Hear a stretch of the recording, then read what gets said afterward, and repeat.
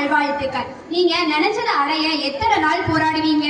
ஒரு நாள், ஒரு வாரம், ஒரு வருஷம், 10 வருஷம், ஆனா கிட்டத்தட்ட 150 வருஷமா தலைமுறையா இந்த சுதந்திரம் கிடைக்க நம்ம முன்னோர்கள் போராடிருக்காங்க.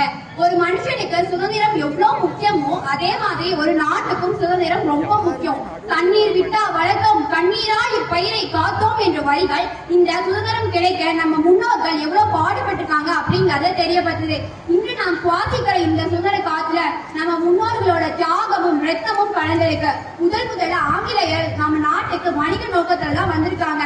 முகலாய பேரரசு ஜஹாங்கீர் தான் நம்ம நாட்டுல வணிகம் பண்ண அவங்கள அனுமதிச்சிருக்காங்க.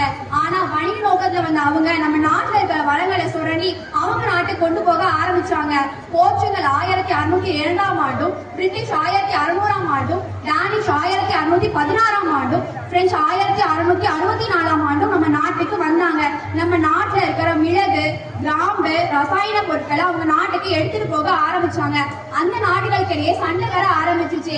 எந்த நாடு நம்ம நாட்டுல இருக்கிற வளங்களை எடுத்து அவங்க நாட்டுக்கு கொண்டு போறாங்க அப்படிங்கிற சண்டை வர ஆரம்பிச்சிச்சு. நம்ம நாட்டுல இருந்து ஏற்றுமதி பண்ணி கொண்டு போற பொருட்களை அவங்க நாட்டுக்கு போக விடாம கப்பல்களை கவுத்திருக்காங்க.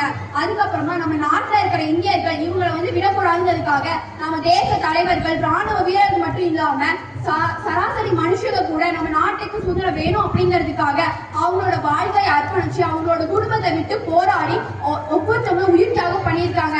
கடைசியா 150 வருட போராட்டத்தின் முடிவா 1947ஆம் ஆண்டு ஆகஸ்ட் மாதம் 15ஆம் தேதி நள்ளிரவு 12 மணிக்கு தான் நமக்கு சுதந்திரம் கிடைச்சிருக்கு. இந்த 150 வருடம் அவங்க கஷ்டப்பட்டு நமக்கு சுதந்திரம் வாங்கி கொடுத்துருக்காங்க. நம்ம நாட்டை நம்ம என்னைக்கும் அசுத்தமாக்க கூடாது. நம்ம நாட்டை என்னைக்கும் பாதுகாக்கணும். என் நாடு வெவ்வேறு வல்லும் நான் விரும்புகிறேன். வாய்ப்பு அளித்தமைக்கு நன்றி கூறி விடைபெறுகிறேன். நன்றி, வணக்கம்.